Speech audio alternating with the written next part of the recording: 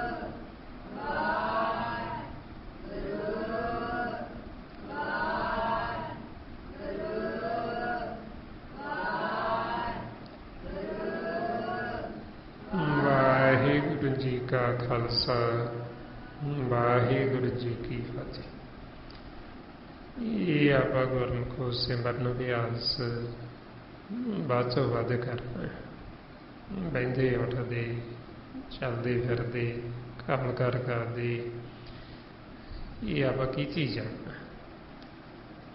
ਮਾਰੇ ਕਹਿੰਦੇ ਚਲਤ ਵੈਸਤ ਸੋਵਤ ਜਾਗਤ ਗੁਰ ਮੰਤਰ ਰਿਧੀ ਚਿਤਾਰ, ਵੀ ਚੱਲਦੇ ਫਿਰਦੇ ਸੌਂਦੇ ਜਾਗਦੇ ਇਹ ਸਿਮਰਨ ਕਰੋ ਤਾਂ ਕਿ ਸਾਡੇ ਹਿਰਦੇ 'ਚ ਵਸ ਜੇ। ਜੇ ਸ਼ਬਦ ਸਾਡੇ ਮਨ 'ਚ ਵਸ ਜੇਗਾ ਤੇ ਸਾਨੂੰ ਮਾਲਕ ਭੁੱਲਣਾ ਨਹੀਂ। ਗੁਰ ਕਾ ਸ਼ਬਦ ਮਨ ਵਸੇ ਤਾਂ ਹਰ ਵਿਸਰ ਨਾ ਜਾਏ।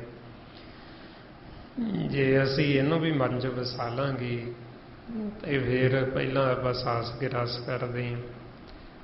ਜਦੋਂ ਇਹ ਸਾਨੂੰ ਪਰਪੱਕ ਹੋ ਜਾਂਦਾ ਫਿਰ ਅਗਲੀ ਸਟੇਜ ਸਾਸ।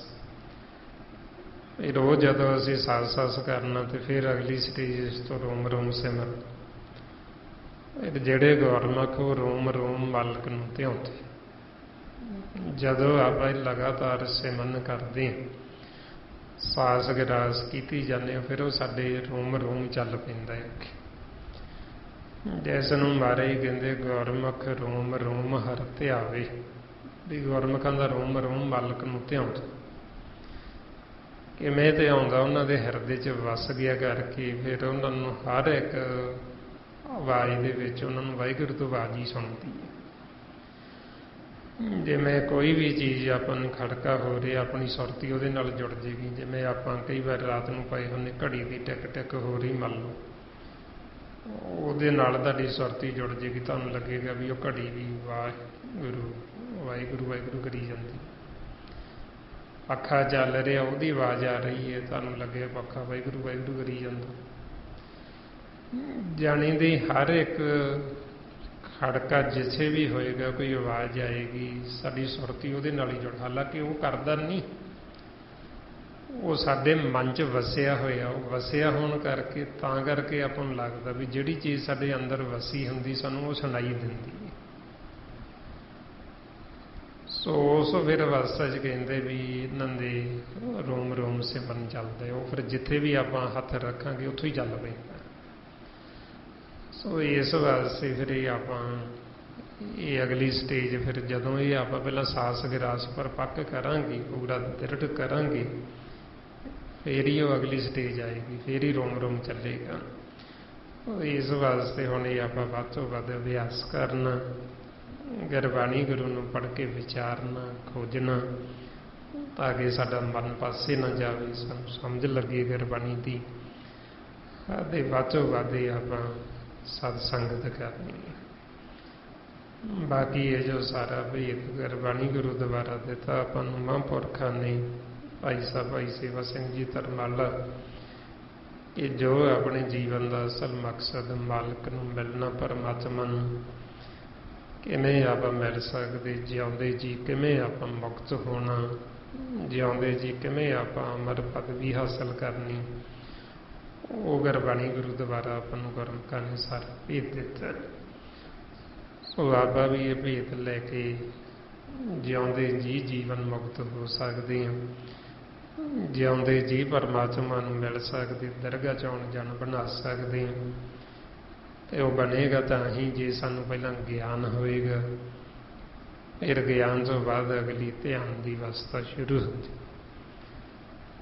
ਸੋ ਇੰਨੀਆਂ ਬੇਨਤੀਆਂ, ਇੰਨੇ ਵਿਚਾਰ ਕਰਦਿਆਂ ਹੋਇਆਂ ਜੇ ਕੋਈ ਐਸਾ ਸ਼ਬਦ ਬੋਲਿਆ ਗਿਆ ਹੋਵੇ ਸੰਗਤ ਅਤੇ ਸਤਿਗੁਰੂ ਬਖਸ਼ਣ ਯੋਗ ਨੇ, ਬਖਸ਼ ਲੈਣਾ ਜੀ। ਵਾਹਿਗੁਰੂ ਜੀ ਕਾ ਖਾਲਸਾ, ਵਾਹਿਗੁਰੂ ਜੀ ਕੀ ਫਤਿਹ। ਵਾਹਿਗੁਰੂ ਵਾਹਿਗੁਰੂ ਵਾਹਿਗੁਰੂ ਵਾਹਿਗੁਰੂ ਵਾਹਿਗੁਰੂ।